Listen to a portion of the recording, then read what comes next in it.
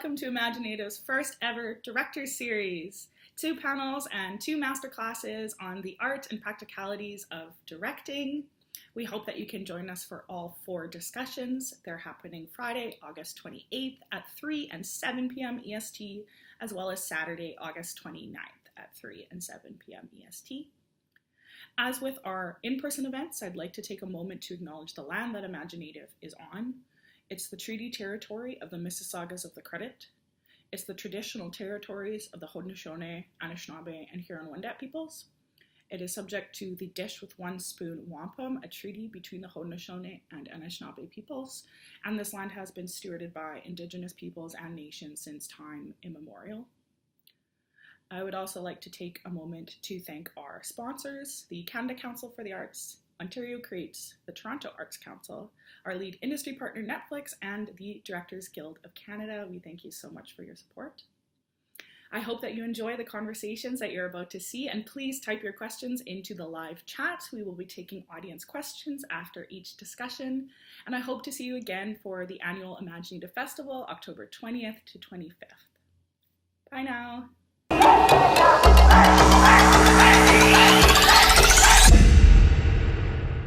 Hi everyone, thank you so much for joining us today. I'm Adriana Chartrand, the Institute Manager at imagineNATIVE, and I'm here today for a conversation with Mohawk Director Tracey Deer. And I'm going to turn it over to you, Tracey, to do a quick introduction. Okay. Hi everyone, super happy to be here. Thanks for having me. My name is Tracey Deer. I am a Mohawk writer, director, showrunner is what I would say I'm doing now. I've been working for 20 years now. I'm 42 years old, so it's a milestone for me this year to be in the industry 20 years. And yeah, I'm really excited to have this chat and share. I mean, we learn, we fall, we get up, and I've done it so many times. If there's anything I can share today that might help you in your journey, then I'm really happy to do so. Great, thanks so much, Tracey. Yeah, I mean, we're going to dive into that sort of 20-year career for sure during this convo. So I guess we can kind of start at the beginning. Good place to start. I know that you did go to film school kind of near the beginning of your career. So I'm wondering what that experience was like for you. Do you think that it gave you a different lens on film? Did it encourage you more to pursue film, or did you kind of just learn more hands-on once you got into the industry? I love that question. And I would say, so I think everyone knows this. It's part of like the spiel I always say is I've always wanted to be a filmmaker since I was 12 years old. So I definitely sought out a film program. So I ended up not going into a production program. I went into a liberal arts school that had a film studies program. And so film studies I thought was really cool. We didn't get to make films, but we ultimately studied films for the last, whatever it was, 100 years of film history. So I really got to just see all of the greats and also see all of the films that I didn't think were so great and analyze what was effective in those films and how did they get into my heart? Because ultimately that is what I'm striving to do with every project. So to study film in that way, I think has been really helpful in my process.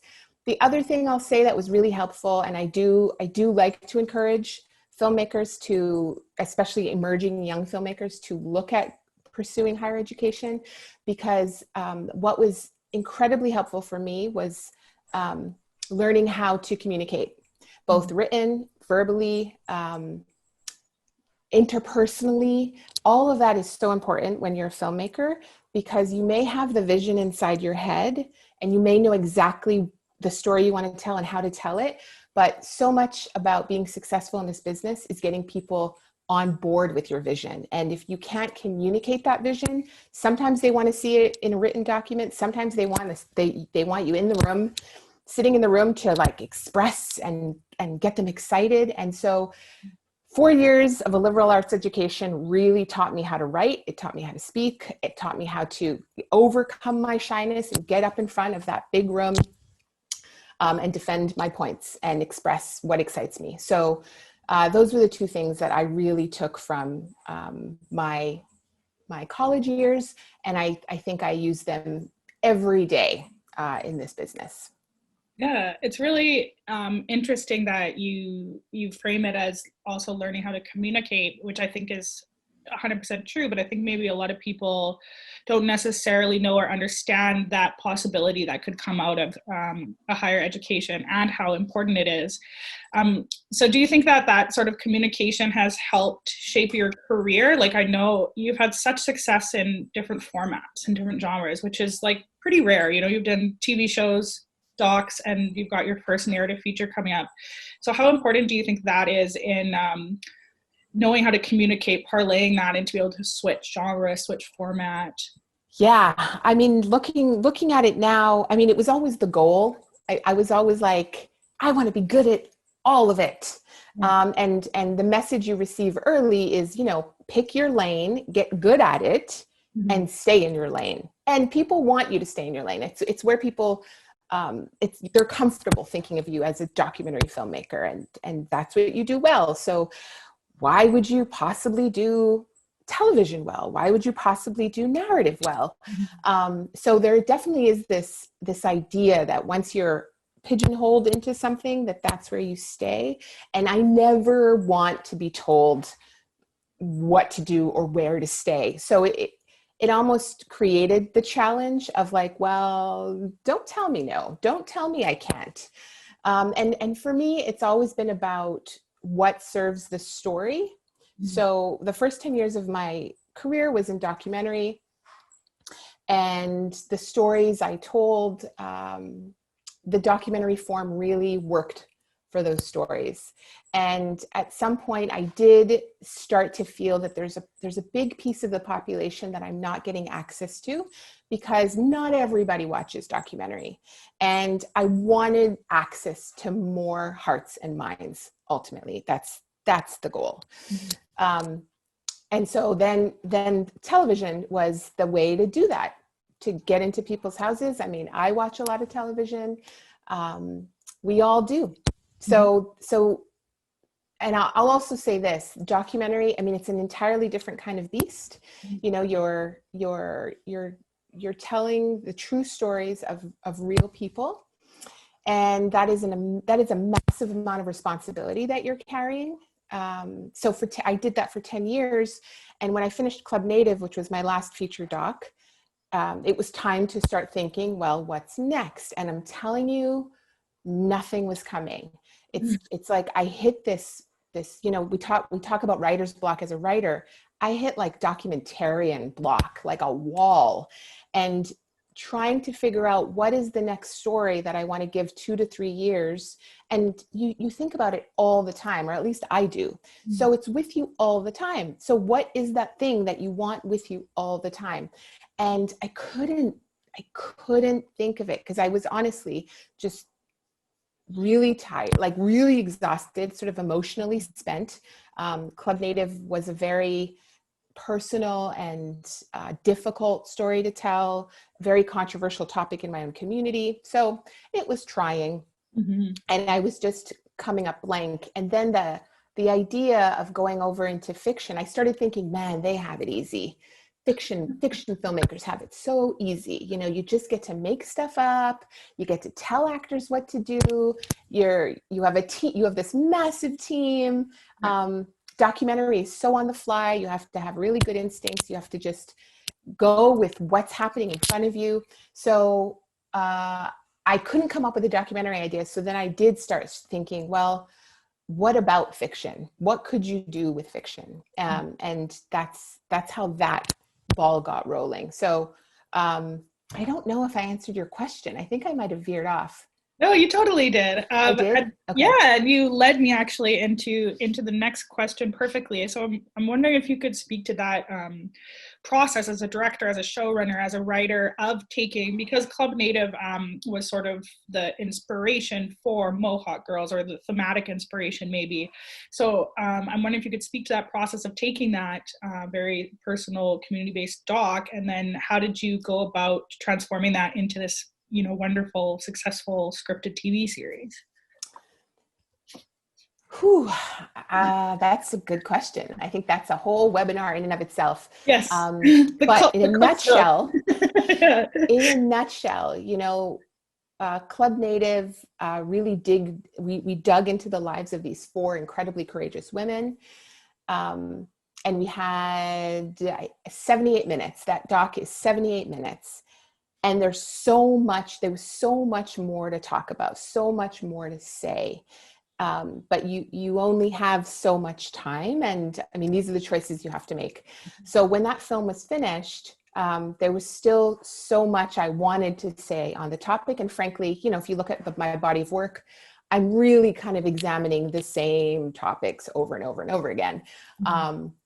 So it started with, well, what else, like what didn't make it in? What did I wish we had talked about? And so that starts the process of what would a show look like if I could have four women living life, love, family, figuring out their place in the modern world.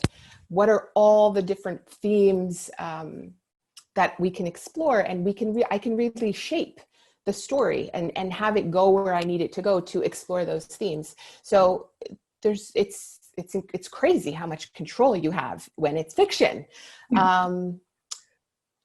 How we went about it. Can you tell me a little bit more about the how you're interested in? Because there are so many different steps, and I just want to make sure I'm answering the right how.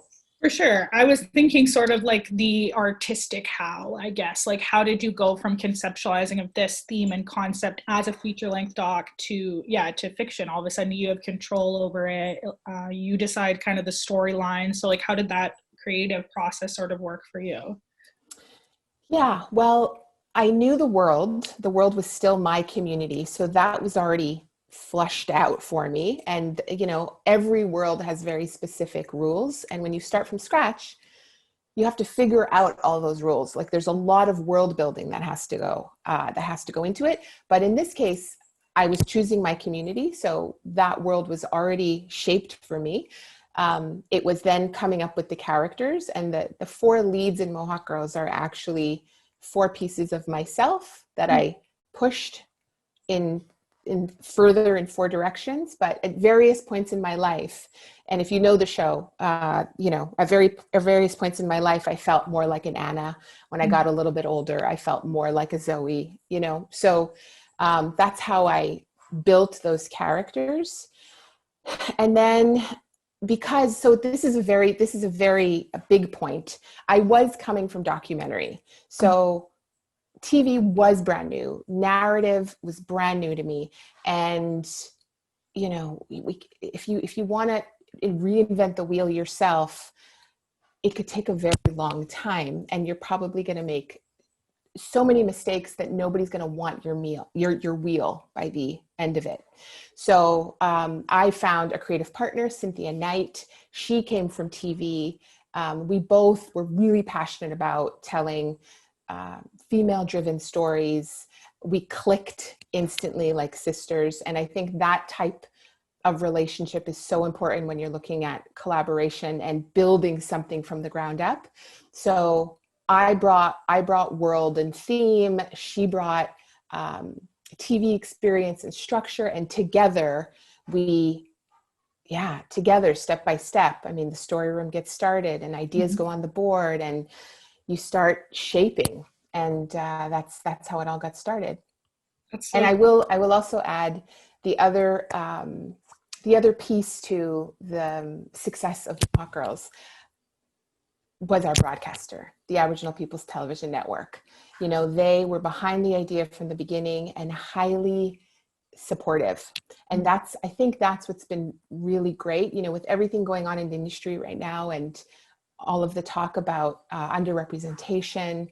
I've been on a few Zoom calls to dig into this subject with other BIPOC filmmakers, and a lot of my career has been built with APTN. And so my experience has been very different, and I'm so grateful because APTN has been just completely supportive of the ideas that I bring, the direction I want to go. You know, there's no trying to explain to them why it's relevant. They know, they got it. And I think that's a big part of why Mohawk Girls is the success that it is because they trusted us. Yeah. It's always great to hear about those kinds of relationships that support the creatives, but also give you, you know, the freedom to create what you want to create and not have to sort of do that kind of catch-up education that a lot of us have to do sometimes just to get people to understand the sort of themes or ideas that you're bringing to the table. In terms of Mohawk Girls, we have 5 seasons. So as the, you know, director, showrunner, creator, did you find that, how did you keep each season like fresh and engaging? Like, did you find that all these ideas came kind of at once and you couldn't fit them all into one season? Or was it like every season, where are we going to go now? Where are we going to move these characters now? Like, how did that sort of process work over 5 seasons versus, you know, like a 78-minute film?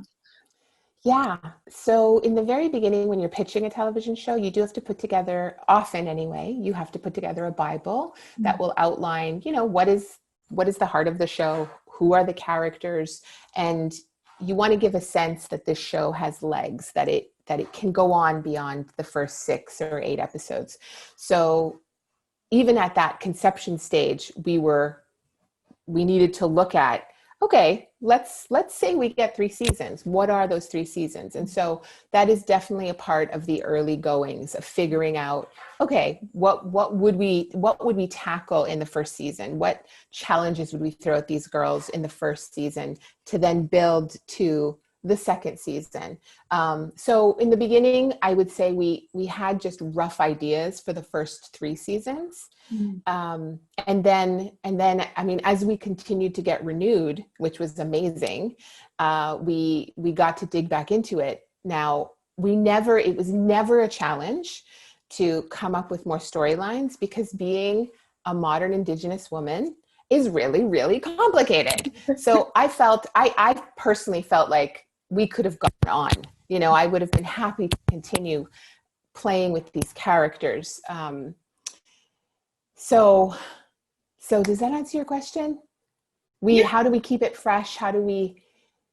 It's definitely something you have to think about. Like in the beginning, you have to think about, does this concept and do these characters, can their journeys continue on? And you also have to be careful that you're not just repeating the same story over and over again. So it's something that happens early on, but of course, once you get into the story room, you're really digging in there and you can get more into the nitty-gritty. And often there are ideas that don't make it. And you also don't want to front load your first season either and just jam everything in. I think that was something that we did learn, is we were trying to just put everything in, and we started to learn, you know what, give it a little bit more room. Let's give it the room to explore. It doesn't all have to happen in one episode. We can stretch this out. And so by doing that, you end up with a whole lot of ideas that never make it in, and they just get pushed over to the second season or to the third or to the fourth or to the fifth.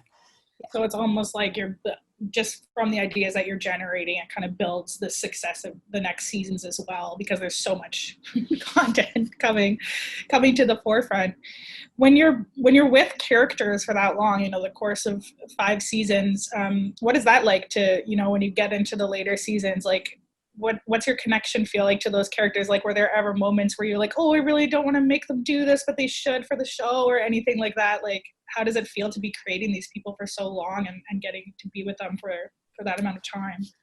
They're really like best friends or little sisters, or, I mean, depending, they really are real people to me. Mm-hmm. And so when the show ended, and at that point, it was probably about 7 years that we had been making, you know, the 5 seasons.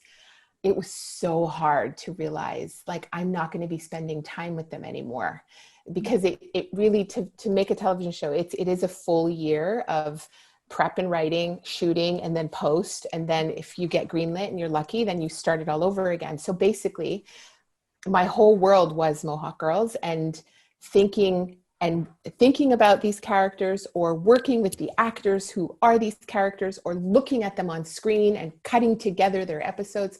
I was with them all the time. Mm-hmm. So it was really hard to say goodbye to them. In terms of the preciousness of it, I never had that. I never had that experience. I think because whatever we threw at them, these women were going to grow from it. I mean, that's what I love about all four of them is, I mean, we could put them in all kinds of messes and have them make all kinds of mistakes, but they ultimately found their way through and grew. And I love that example. That, like, for me, that's something I'm really proud of, that Mohawk Girls put out there, is that tomorrow is another day and we can get back up. You know, that resiliency, I think, is with it, with all four of them. And I always trusted and believed that we could put them in any situation and they're gonna figure something out. And that truly has been my experience as well. And I've watched my sister do it. I've watched my cousins do it. I mean, it's what we do. So yeah, I was ready to push them wherever we needed them to go. Cool. I want to talk about your upcoming film, Beans. So it's your first narrative feature. People can check it out at TIFF in September. So I know that it's semi-autobiographical, like it's based on your own experiences as a 12-year-old and the Oka crisis. So I'm wondering if you could talk a little bit about how you decided you wanted that to be the next story you were telling, and how you went about creating that sort of fictionalized version of your own personal experiences. Sure. So Beans has always been that dream project. I was 12 years old when I wanted to be a filmmaker, and I was 12 years old when I lived through the Oka crisis. And I even way back then, I thought, like, one day I want to tell the story of being a kid through the Oka crisis. So it's always been in my mind, but it's also been one of those scary projects because, one, it's a massive historical event that you want to do justice to. And it's also deeply personal, which is very scary. Yeah. So I haven't gotten to it until now, I think, because first I had my documentary, 10 years in documentary, and then I had Mohawk Girls. After Mohawk Girls, well, I started writing it, actually. I started writing it a long time ago, and it actually took me, I think of it as 8 years, but the producer recently told me it was 6.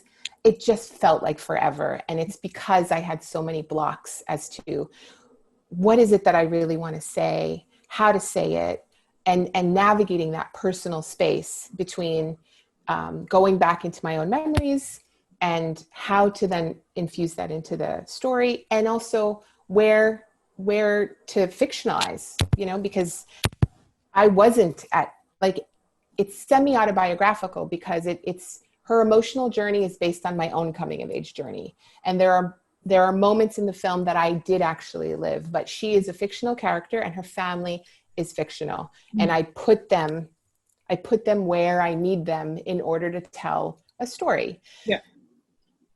That process of removing myself is what really helped me finally get into the final hurdle of writing the script, was to disassociate me and little Tracey, I should say, from the character of Beans, and really start thinking of Beans as her own character. And that was helpful in my process.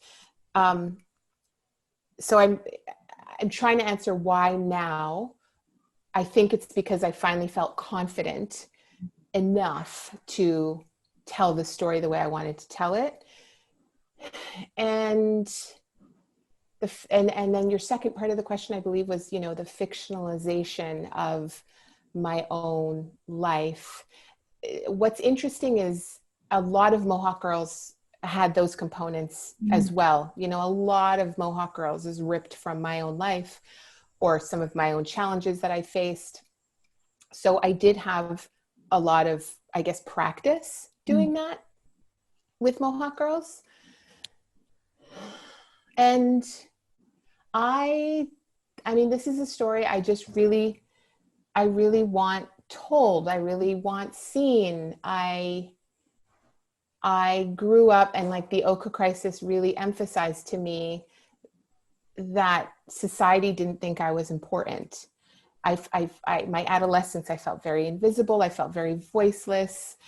And telling this story is a way to give my younger self that voice. And I hope a voice to all of our young people. I mean, that's ultimately the bigger picture here.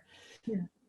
Thinking about that, and it's so lovely how you put it that way, as giving a voice to the younger you and to younger Indigenous generations, because you know, one of the things that it's so intriguing about the film to me is that it is from a youth perspective. It's from, you know, a 12-year-old kid's perspective, and we really aren't used to seeing these, you know, I say Indigenous issues, but issues that concern all of us from that perspective. You know, like it's always either a documentary, which is amazing and of course has its place, or it's sort of a news media brief about it. So, you know, I can't really think of much else that comes from that perspective about a real life historical event. So it's just so interesting to me to see how that's going to come together in the process of creating that. You know, like was it really difficult to think of how to portray the historical event versus creating this fictional character and making sure they kind of wove together? Like, what was that process? Totally. Yeah. Totally. As I said, it took years to write this script. And I'll say that the biggest challenge for me in the beginning was that I was so focused on telling the story of the Oka crisis, and then squeezing my child into it. Mm-hmm. And also I was so focused on making sure everyone understands every single detail. I mean, it's such a complicated crisis and there's so many things that happened. So I was very focused on the crisis in the beginning. And ultimately, like the big aha was that, wait a second, I can't do both. I can't tell a story from a 12-year-old's perspective and also deliver all that information. And the big aha was, as a 12-year-old, I didn't have all that information. I didn't know what was going on half the time. And I was like, that's the perspective. Like, I want people to experience this event in the way that I did, where sometimes I was in the middle of chaos and other times I was playing in the woods with my sister, you know, and I didn't understand everything going on. I didn't know what was always happening. And I want the audience to feel the same way. Now, granted, some audience members are going to come with information about the Oka crisis, but it was 30 years ago. There's going to be a whole bunch of that audience that may have never even heard of it. And that's also not okay, which is another reason why I really wanted to make this film, is that we can't forget about the Oka crisis. We can't forget about, and we've had so many other uprisings like it. And we shouldn't be having to do this. So I'm hoping that the film gives people another, an inside. It's interesting. It's sort of an inside perspective, but of course, it's from the point of view of the 12-year-old, but to just understand why it happened, why we did what we did. And I don't want us to have to keep doing this in order to be heard. Yeah. We'll see. I mean, it's grand, it's big goals for the film, but I mean, you gotta do what you can to try to make a difference. So, really? So that's what I'm hoping for the film anyway. Yeah, I mean, it's so exciting, I think, because of all those things you mentioned. Like, I think it is kind of coming out at the perfect time, you know, like you said, you were kind of telling the story now because you felt ready, but I feel like there's some kind of like cosmic confluence going on, you know. It just seems so timely in light of, you know, the global protests and against police brutality and racial injustice and stuff. It seems just like the perfect timing to be having this film that shows things from such a different perspective. Like you said, people haven't heard of it. People don't necessarily think of it in the same terms as they might think of other acts of police brutality, for instance, or other acts of racial injustice. So it's so so cool for me as someone who obviously loves Indigenous films to be seeing this historical event from that perspective, and you know, that dissonance that you were talking about, where you're a child and these really intense things are happening, but at the same time you're playing with your sister, and you know, that is what childhood is like. It's not like you were, because you didn't have that full understanding of the situation. So yeah, I'm very excited to see. Thank you. Yeah. Yeah. And I think it's so key, at least this is what I hope the audience does take from it. It's exactly what you just said, that, you know, as a kid, I wasn't always aware of why, like what and why, but it had an immense lasting impact on me and on my self-worth and on my permission to dream and be accepted in the outside world. And while Oka is a heightened reality and great for the film to sort of tell the story I want to tell, that world is still unfortunately a reality, and our kids are going out into it every single day. Yeah. And that needs to change. So yes, you know, there is an Anoka crisis at this moment, but our kids still feel the hostility. And it just, I mean, it almost destroyed my, my hope. And that's the biggest tragedy, I think. So that's also a big theme that I hope people get from the film. I really hope people leave the film wanting to be our allies, wanting to go out and say, how do I make it better for Beans and other Indigenous kids? That's another big goal. Yeah, I think it's so important to also position it or see it that way as well, that it's not just about this one historical event, though it's about how our youth internalize these feelings of hostility, anger, shame, guilt, fear, and they don't fully understand where they're coming from or why. They feel the feelings and they understand they're feeling the feelings, but without the larger understanding of exactly what's going on and why, you know, the outside world is basically leading them to feel this way. So I just think it's such a beautiful perspective to have in our films from that youth perspective, and to show youth that, you know, people do understand what it's like. People have lived through it before and they understand what it's like, and, you know, to give that hope and to show it on screen from that perspective.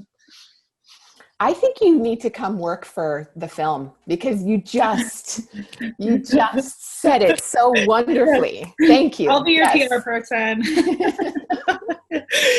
Yeah, it's like it's really cool, and I'm thrilled to see it. I hope lots of people see it. It's going to be at TIFF, as we mentioned, so I think that's going to be people's first opportunity.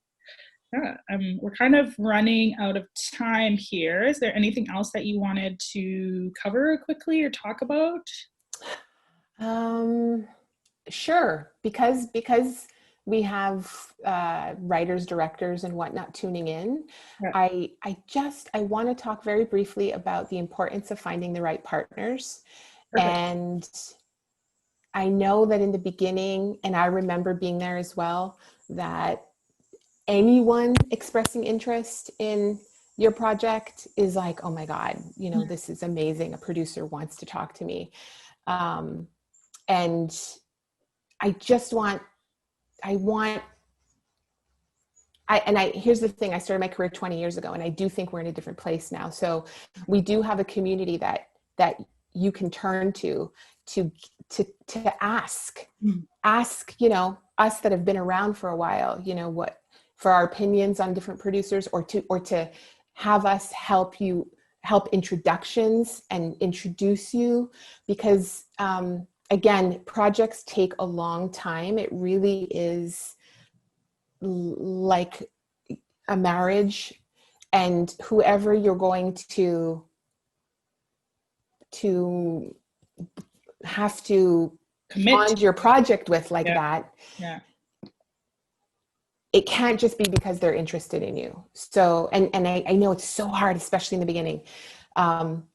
because the way this does work is that you do have to sign your idea over to the production company. And so granted, if things don't go well, you're always able to walk away. We're always able to walk away. The thing is, you may not be able to walk away with your project. And that ultimately, like, I'm never going to leave one of my babies. Yeah. And so, and this is overall from the stories I've heard. It's from a few experiences I've had. It's just so important to find the right partners in order for it to be a positive experience, in order for you to perform at your best and have the support you need. And the right partner will speak your language. You know, you don't have to explain the idea to them. You want to find somebody who gets it, who's excited by it, and who has the same amount of passion for it as you do. I think that that's the first sign of a good partnership. And then I think you should also just ask around and get people's opinions as well. So that's a little bit of wisdom and advice that I want to impart. I think that is amazing wisdom and advice. I think it's so important for people, especially people emerging in the industry, to know that and to receive that advice, because there is an increased interest in Indigenous stories happening in film and television. More and more people want to be involved. So yeah, just being aware that you still need to pick the right person, not necessarily jumping on that first opportunity, like you said, just because they're interested, but being able to sort of hold your story and say, like, maybe this isn't the right time, to have that sense as well. Yep. Great. Awesome. All right. Well, thank you so much, Tracey. We're going to go to a live Q&A in just a few minutes, but thank you again for being here and sharing your knowledge and wisdom with us. It was a really great conversation. My pleasure. Thank you for having me. And I look forward to hearing what kind of questions come in.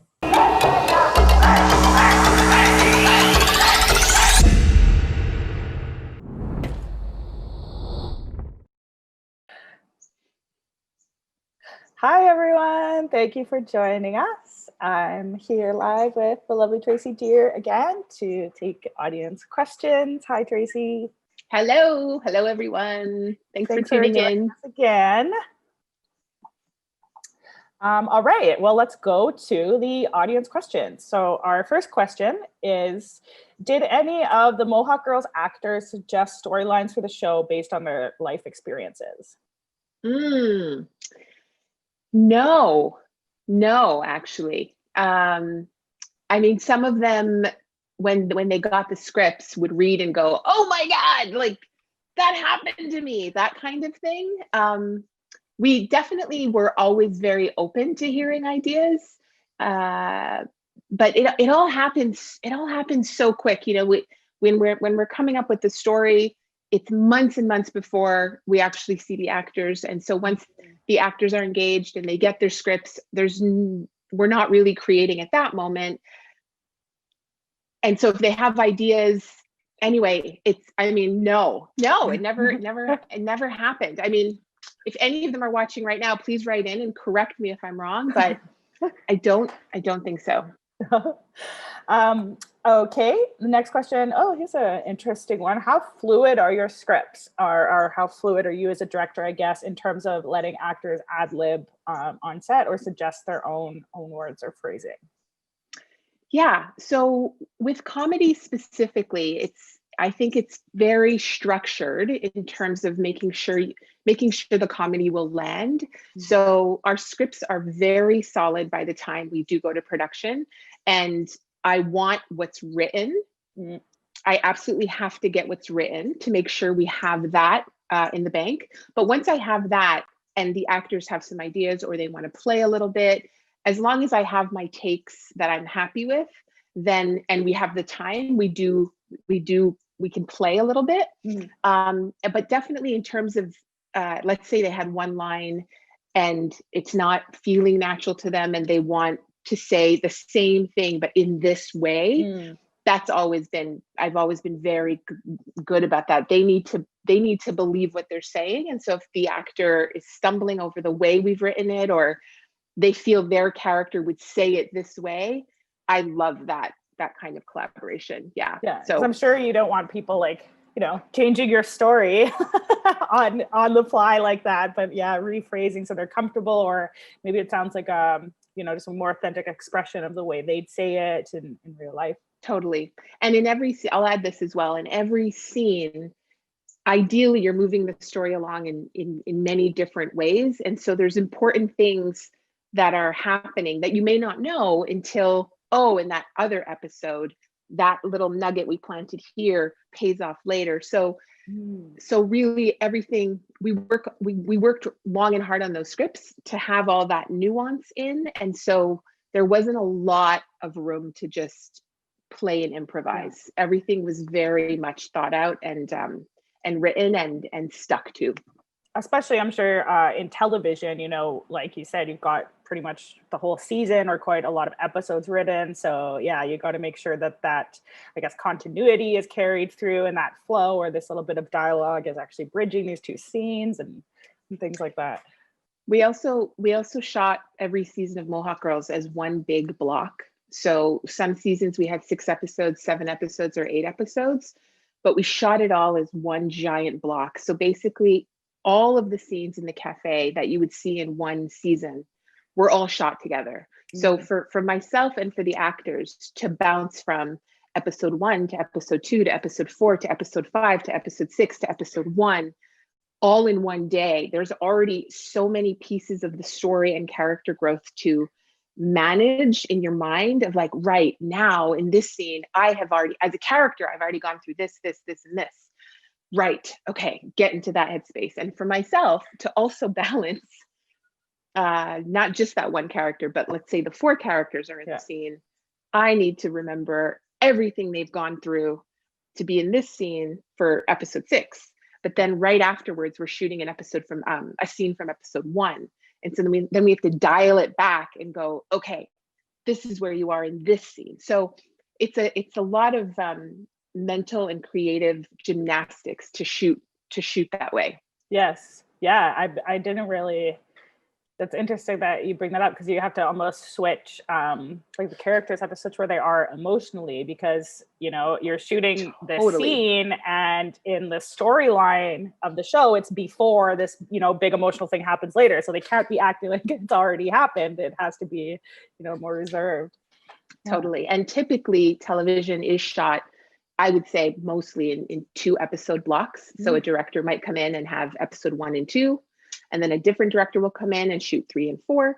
And so the amount of story that the actors and the director have to carry with them at any given time is just 2 episodes. So more manageable.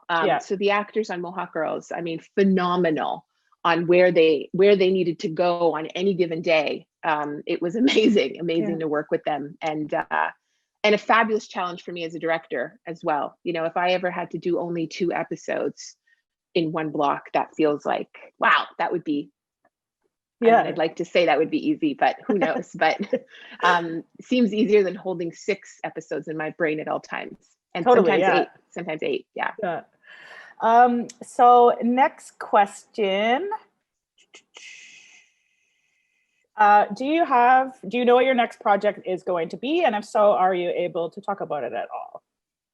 Yes. So I do have another feature film that I've been writing for years. Beans, the film that's about to come out. Me and my co-writer, Meredith Vuchnik, we wrote it for years. At the same time, I've been working on this other feature. It's an adaptation of a book called Inner City Girl Like Me. And that's with Original Pictures. So that's a feature I've been working on for years, and we're at the polished stage. So hopefully that's going to be moving on to the next stage. It's another story of 2 girls in a friendship. And these girls are growing up inside an Indigenous gang out in Winnipeg. A lot of the same themes that I like to explore are now again going to be explored in a new way in this film. Yeah, great. That sounds exciting. We'll definitely look forward to it. Thank you. And someone is asking, which scene in Beans did you find the most difficult to shoot, or maybe which scenes, or which? Yeah. So the very center of the movie is sort of the biggest scene of trauma for our main character, and actually the biggest moment of trauma for myself personally. So it's ripped directly from my own experience. And this is the caravan of Mohawk women, children, and elders who fled the community and were met with the angry mob who threw stones at them. Yeah. So this was something I lived through when I was 12, and it actually was very difficult to write that scene. I had a lot of barriers going back to those memories. And so when I finally did sit down and basically forced myself to remember it moment by moment and then put words to it, it was really difficult. I cried through the whole thing. I was shaking the whole time. And shooting it was a very similar experience. In the very beginning of the day, driving to the set, I was breathing deep and I was shaking and I was thinking, what were you thinking of? Like, why are you recreating the most traumatic moment of your entire life? But once I did arrive at base camp and I went to see my actors, everyone knew what kind of day this was going to be. This was a very huge day. Everybody was really nervous. And once I did get to base camp, the responsibility that I have to lead and to take care of my actors and to help the crew be at their very best and for all of us to be there to support each other. Once I put my little working hat on, that really did help all the personal fear and all of the emotions that were bubbling to the surface for myself. But I will say I did have sort of a moment on set while shooting where a bit of PTSD kind of came in, and I had a small moment of sort of freak out. We were in the car, and it was the first time we were going to be doing the run with Beans, the 12-year-old character, in the car, and there was all these different things that had to happen at once. The windows had to come up, the car had to drive, the extras had to throw foam rocks. They're not real foam rocks at the car. And she had to perform this very intense scene. And I needed to cue one of the grips to put the windows up when we needed. And there was all these different things happening all at the same time. And I'm watching my screen. And anyway, I forgot to cue. I forgot to cue him to put the window up. So we're getting closer and closer. And I see that the window in my screen is down, and we're getting closer and closer to the crowd, and they're going to start throwing these foam rocks. So I've messed up the shot. So I say it. I'm like, I forgot the windows, cut, stop the car. But the car doesn't stop. And when I say stop the car is being pulled. So nobody's actually driving. Yeah. The car is being pulled. So it's the car rig, that's what it's called. They can hear everything I say because there's a microphone in the car. So, I said, cut, I screwed up, didn't call the window, stop the car. And the car didn't stop. And so then I said it again, stop the car. And the car didn't stop. And we were getting closer and closer and closer to all of these extras. And they didn't know what was happening. They weren't told to cut. So I just started, I just felt out of control, like I did that day.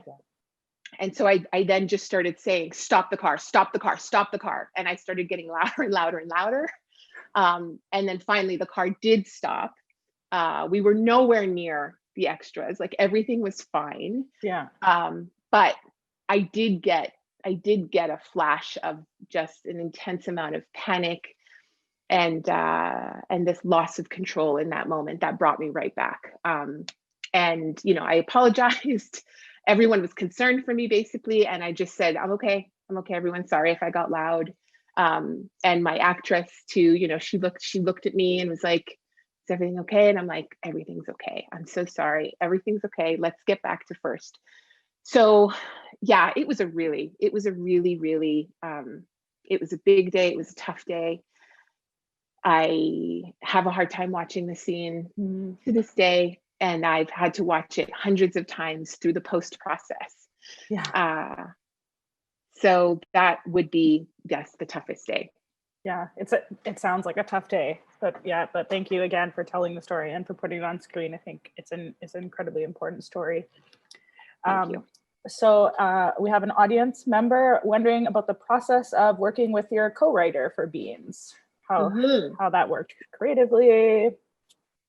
Yeah, so as I said earlier, it did take me a very, very long time to write this script, and I think a lot of it was trying to figure out, well, what is it I wanted to say? And the Oka crisis is such a massive moment in our history and in my own personal history, in the history of my community and our neighboring Mohawk community, but also for all of us, it's a massive moment. Yeah. So how do I do that justice? How do I do that right? What pieces do I use? How do I, I mean, it was just this massive undertaking. And I also had to revisit my own past, which I was struggling to do. So for the longest time, I really struggled. And ultimately, and the producer was great. The producer was behind me the whole time. And even when I was giving her the opportunity to give up on me and walk away, she believed in me, she believed in the story. And so she would never take the bait of all my self-sabotaging that I was trying to do. And she said, what is it that you need to help you move forward? And I said, you know what, I think getting a story editor on board would be really helpful, because I get stuck in these loops. And if I had somebody to throw my ideas to just get a response back, I think that would be really helpful. And Meredith and I had known each other years before. So I asked if she would be willing to come on board as a story editor. She said yes. So she was a story editor on the project for a long time and was really, really in it with me. We began with me just sort of putting out my ideas, and she was helping me structure and whatnot. And emotionally, we were just on a journey together. You know, she was very, very emotionally invested in the success of me and the story. So when it came time to actually so I came up with the outline and the story, but once it came down time to write the script, I asked if she would like to do it with me, because it was really something we had started doing together. So she said yes. And I really think that her perspective as an outsider with my perspective as an insider really helped us tell a story that was both authentic and a story that could resonate with people outside of our community. And I know the question was, you know, how did that collaboration work? And it took place over years, and it was always a little bit different. So we've gone through multiple drafts. Sometimes I would pick scenes that I would write, and she would pick scenes that she would write, and then we would just fuse those scenes together into a bigger script. And I would do a pass on her scenes, and she would do a pass on mine with questions, and then we throw it back to each other. It was a really good process. And I think when you have a collaborator who you really trust and whose heart is in the same place your heart is, it's a wonderful, wonderful process. And did you find that having that creative collaborator, you know, who was on the same page as you, who was on the same sort of emotional wavelength, did that sort of help you or push you to access those sort of memories or feelings a bit more? Yes, or did the found to give you permission maybe to access them a bit more? There was a safety there. I was able to be very vulnerable, and I was able to really share the difficulty I was having, and she was there to hear me, to listen, to help me through it. And I think it was key in getting this story to where it is, because it's those types of barriers that can keep you really stuck in your head, and they're barriers to actually making the work like a physical happen. block on those thoughts, right? Like you're almost like blocking writer's it out. block. Writer's block is like a real block. You know what I mean? It's not. It really is very much there. So yes, to have that friend, that colleague, with me throughout the whole thing was incredibly, incredibly helpful. Yeah. So we have another audience member who's wondering if you're aware of any director mentorships coming up, or if you have any advice for an aspiring live action or narrative director to get their foot in the door. Yes. So it's really important that you are practicing your craft. Mm-hmm. So I know for me in the beginning, I started my career in documentary, and then when I wanted to try narrative, all the contacts I had made, the response was, "But you do documentary." You know, mm-hmm. Nobody, like I was a documentary filmmaker, and nobody was willing to think of me as anything other than that. So what I did was I went out and got a Canada Council grant, and I flexed my directing muscles in a short. Mm-hmm. Also, it was also for me, I also didn't know if my skills as a documentarian would translate. I wasn't sure. So going the route of an Arts Council grant was a very safe route to because you can make mistakes. Mm-hmm. You know, you don't have broadcasters on board, you don't have big funding agencies on board. The Arts Councils are highly supportive of your growth as an artist. So I would recommend that first and foremost is to anyone out there that is not yet making short films, to start writing some scripts and applying to Arts Council grants. And there's a lot of people, what I learned in the beginning as well is there's a lot of really experienced people out there who are very happy to help you on your short film for a fraction of the cost. And I never understood it. Like, why would these really, really experienced union people like do my film for $150 a day? Like, I don't understand. And then it was explained to me. All of these people, one, these are people who love what they do and just love making movies. And they want to develop relationships with new talent, because if your career continues to grow and you actually end up with a budget and can hire at the union rates, and you have relationships with these people who were there with you in the beginning. And so that's their investment. It's their investment in you, in hopes that as you grow, they'll grow with you. So once somebody explained that to me, I was like, right, that does make sense. So I do want to say that if you're going to go this route, really work to find really experienced people around you, because you don't want to be learning your craft while everyone else around you is learning their craft. Yeah. For you to really shine, get people around you who are very good at what they do. And then that way you're also just focusing on what you do. I mean, I produced that short film, I wrote it and I directed it, and that was a lot. I was super stretched all over the place. It would have been great if I did have a producer, but I didn't. And it is absolutely possible for you to produce your own short film. So that's one piece of advice. Another piece of advice, if I may, before we move on to the next question, is this whole industry is really about networking and connections. Like, it really is about who you know. You're never going to see, well, actually, that's wrong. I mean, when I first started, there wasn't Facebook. So there was never any ads that were like, I'm looking to hire so-and-so. Hey, I've got a film, I'm looking for an editor. That didn't exist. So you were really in this bubble of like, how do I start work? Yeah. And that is a nice change with social media. But where did I want to go with this point? Oh, yes.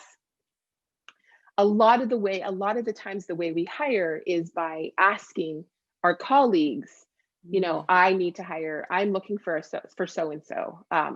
Do you have anyone to recommend? Yeah. And so you want to go out to film festivals, you want to take meetings with people, you want to network. Networking is the thing that I despise the most. I believe it or not, I am shy. And going into that room, that cocktail party, and you have to meet people and talk. I mean, every time I have to do it, I have to like turn a switch on and go, okay, Tracey, be brave, go. Yeah. And one of the ways I've learned to manage these situations is to set a very reasonable goal for myself. So it's always now very reasonable goal is meet one new person. That is a very attainable goal, and it helps with my anxiety actually. So once I meet that one person, that one new person in our business, I give myself permission to skedaddle if I feel like I need to. But after I've met one and I've attained my goal, I feel pretty great.